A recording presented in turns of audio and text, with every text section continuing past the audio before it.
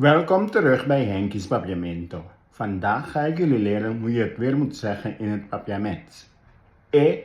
Tempo. Tempo. De zon is solo.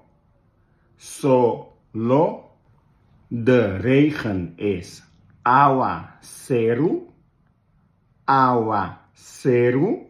De wolken is nubia. De wind is viento. De hitte of warmte is calor of caliente.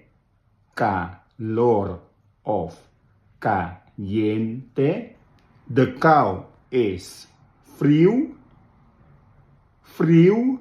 De storm is orkaan. En het woord voor bewolkt is nubla. Ayo!